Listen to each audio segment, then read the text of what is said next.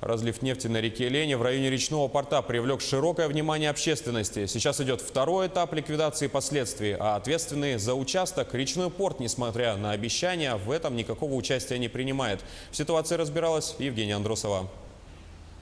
Запах нефти чувствуется очень сильно, что даже дышать невозможно. А вы представьте, каково тем людям, кто живет рядом. Чтобы очистить воду от нефти, нужно сначала убрать эти испорченные кусты.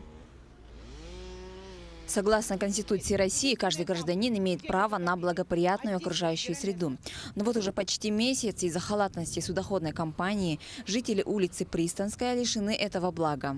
Сегодня на большой планерке я задал вопрос непосредственно, представителю транспортной полиции, как ведется расследование. Сегодня он нам заявил о том, что сегодня мы затрудняемся предъявить требования к собственнику. Это будет сделано позже. Естественно, мы дожидаться не будем, меры принимаем меры за счет, еще раз повторю, бюджетных средств.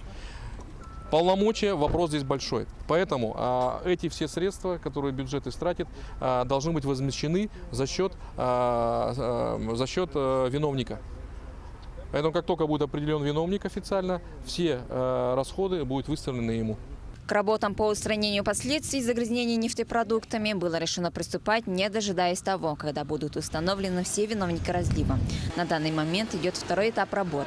Якутдорстрой и служба спасения убирают тальник и грунт. Его возят на определенное место для утилизации. Однако завершить ликвидацию загрязнения должны именно специализированные организации. И вы знаете, мы же каждый год постоянно обращаемся, потому что пахнет. Постоянно нас подписывают. Мы уже наркоманы. Вы понимаете, токсикологические наркоманы. Мы уже привыкли к этому, но от такому вот сейчас, что произошло, это накапливалось, это должно было произойти. Но только в какое время?